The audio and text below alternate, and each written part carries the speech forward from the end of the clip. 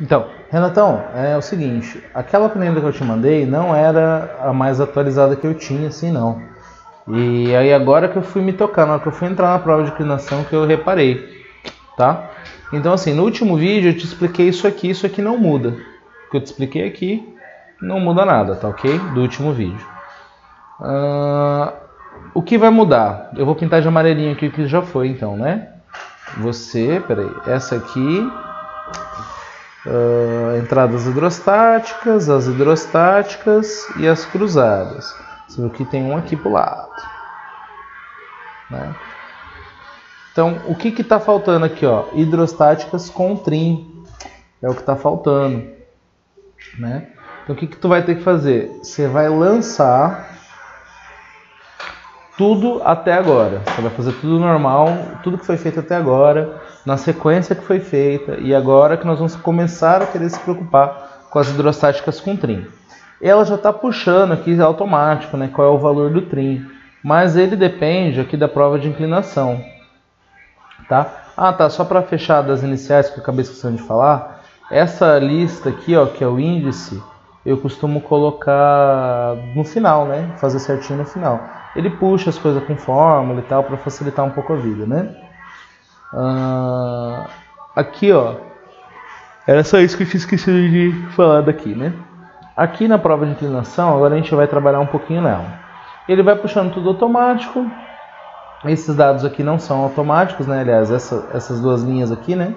Então, local da prova, data, horário, blá blá blá. Você lança isso aqui, dá um migué aí, né? Se você quiser mudar a amarração, enfim. Aí aqui, o local de medição da borda livre, o pontal no local de medição e os valores das bordas livres. Esse umzinho aqui não tem nada a ver, só tá aí, enfim, não liga pra ele não, tá? No caso, a minha embarcação não tinha, como é que fala? Isso, meu nome agora, emborcamento, não é nenhum grau de emborcamento. Aí ele já vai fazer aqui o trabalho e ele já vai te dar o trim aqui, ó. Depois que você lançar as bordas livres que você vai ter o trim. Isso aqui e isso aqui, esses dois itens aqui, eles são automáticos, tá? Então não se preocupa com o que vem escrito aqui não.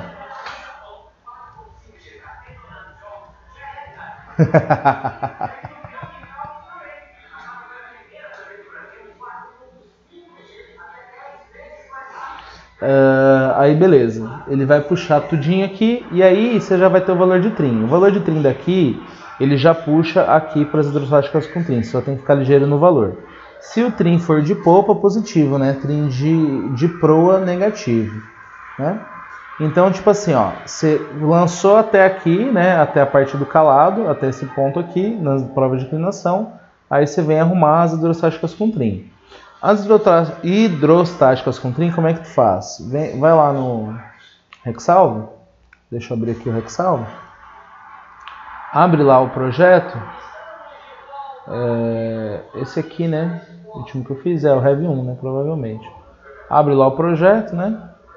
Deixa eu ao professor, você vê que isso aqui tem que fazer toda hora, né? Bem, aqui tá certinho.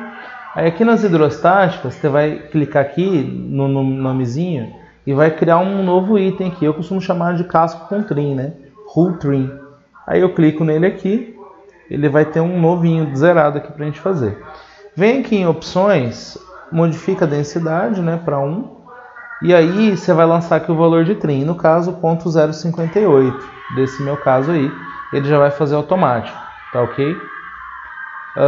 Aí você volta aqui para as hidrostáticas e Generate from Hull.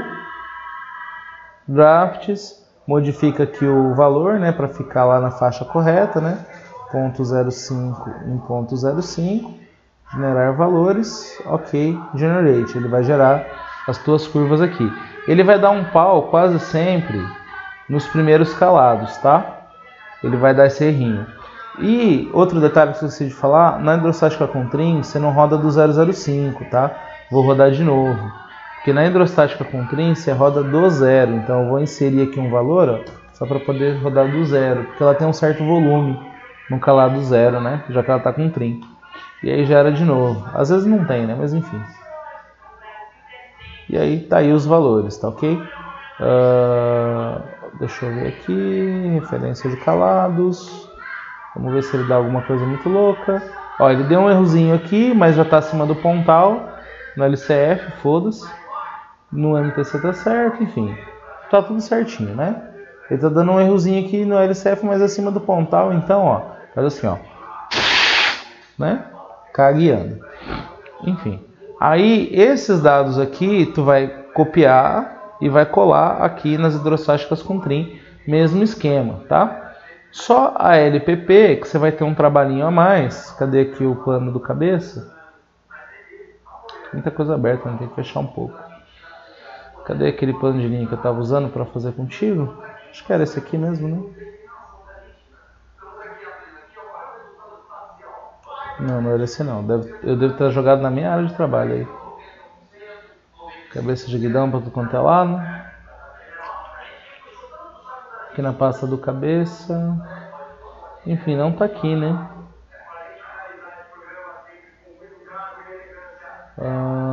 Eu vou fazer o exemplo nesse aqui e aí você faz no teu aí, tá? Porque eu não vou ficar procurando aqui agora não. Deixa eu pausar aqui só um segundinho.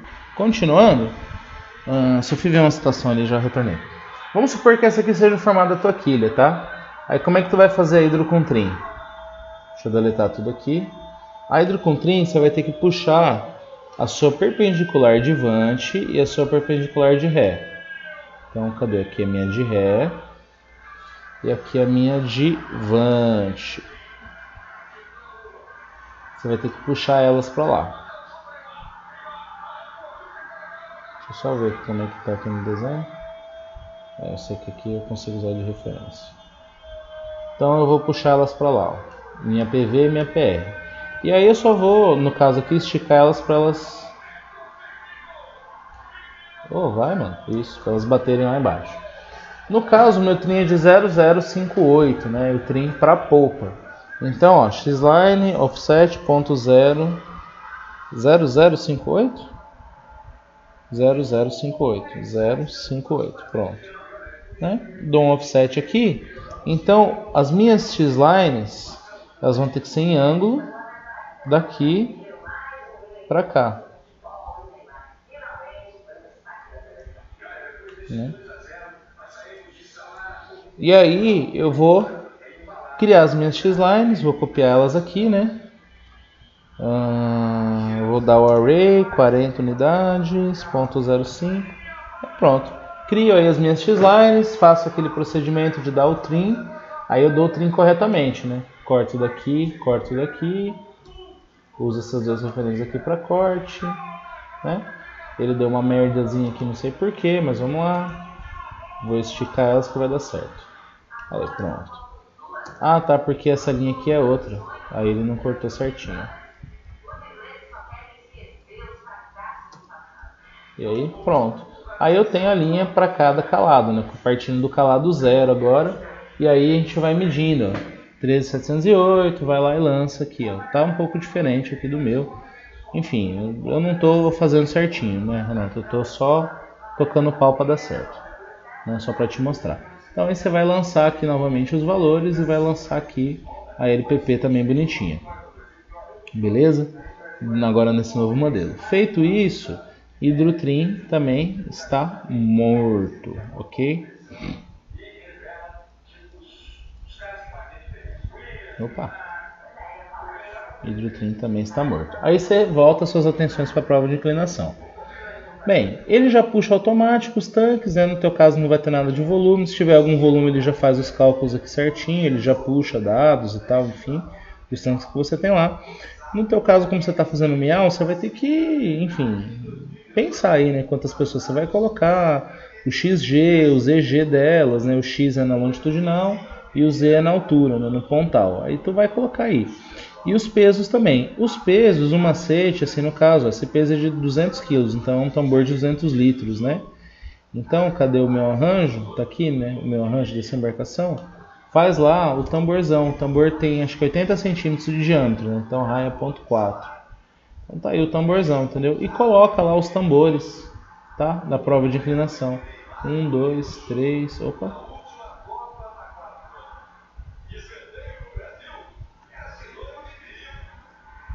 3, 4, sei lá, entendeu? E se preocupa em ele caber dos dois lados e ficar o mais próximo possível do convés ao lado e os 4 tambores alinhados, porque isso é padrão, né? Para fazer uma prova de inclinação real, você tem que fazer assim, né? Tentar deixar os tambores o máximo alinhados possíveis, né? E que eles possam chegar no mesmo ponto de ambos os lados. Né? Tá gravando? Tá, beleza. É isso, tá? Em princípio, aí você vai ter as posições dos tambores. Coloca aí uma posição. Eu procuro colocar uma posição que deixe ele meio centralizado, entendeu? Então, normalmente, cabeça, eu venho aqui pela linha de centro, tá? E eu divido mais ou menos essa área que eu tenho aqui. Aí você tem que enxergar o arranjo geral do teu barco e ver onde que vai caber esses tambores, né? Ou o peso que você imaginar que colocaria nessa prova. Aí eu costumo dividir por igual. Eu pego aqui na meia nau, jogo tipo assim 2 e 4 metros para trás, 2 e 4 metros para frente, entendeu? Ah, não cabe, cabe de outro jeito. Enfim, eu costumo dividir de forma que os pesos tendam, né, pelo menos, a se equilibrar. Tá ok? E aí você vai medir aqui. Então, por exemplo, se você tiver um tambor aqui, né, eu deletei, né? Vamos supor que você tem um tambor bem aqui, ó. Aí para você pegar a altura dele, X-line, vertical, né? Pega aqui o centro, F3 está desligado. Vai, AutoCAD.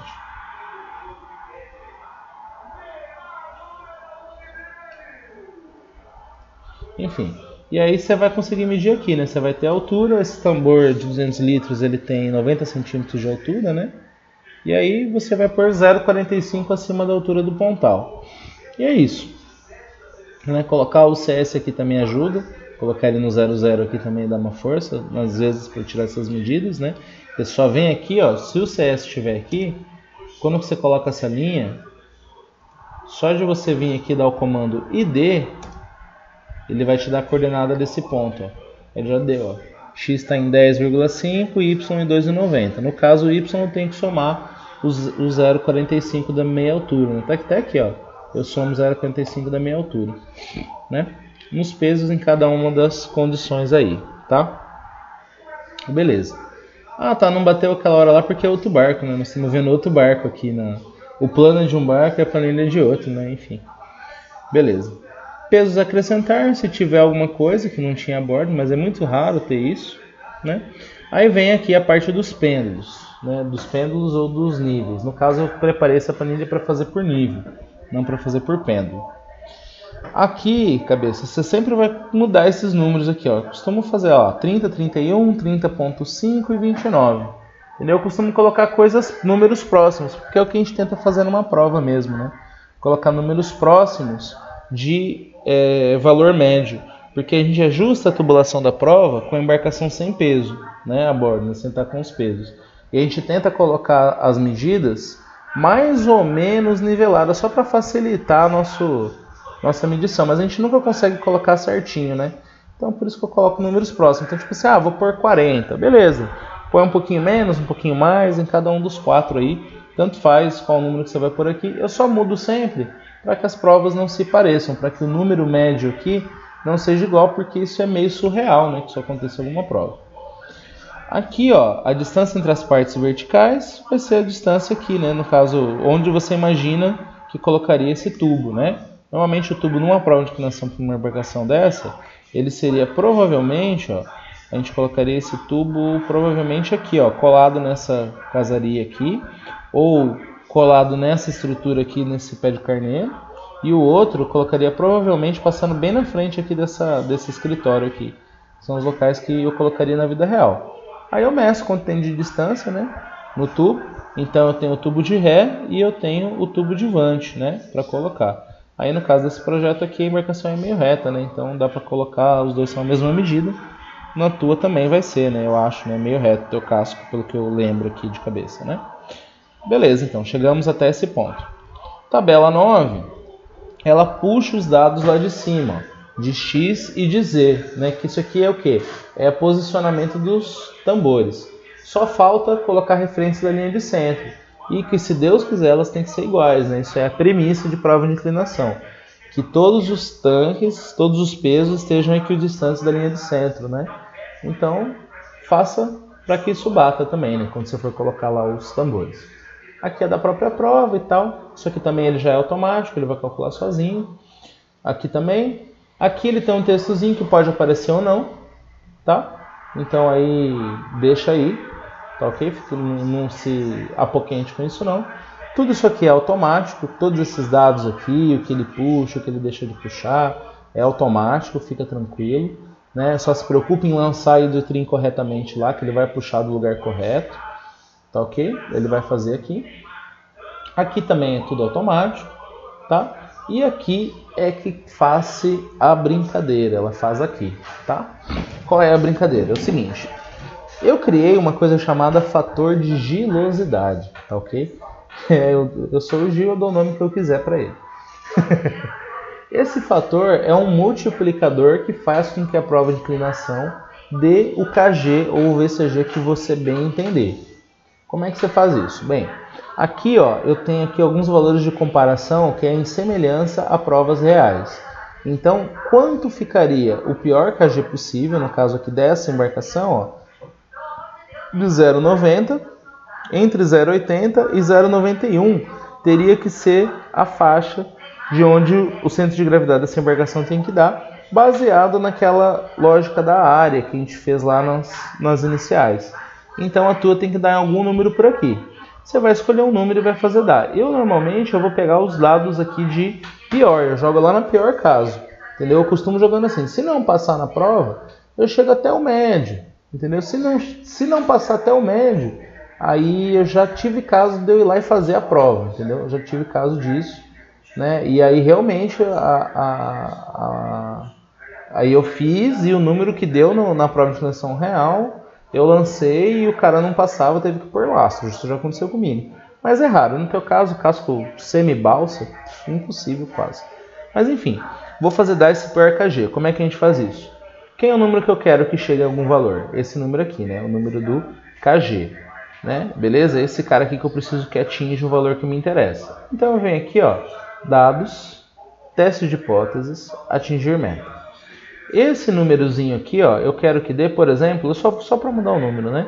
0,807. E eu costumo pegar essa terceira casa, porque esse cálculo de KG ele não vai dar um número bonitinho, redondinho, ele vai dar um número meio louco, entendeu?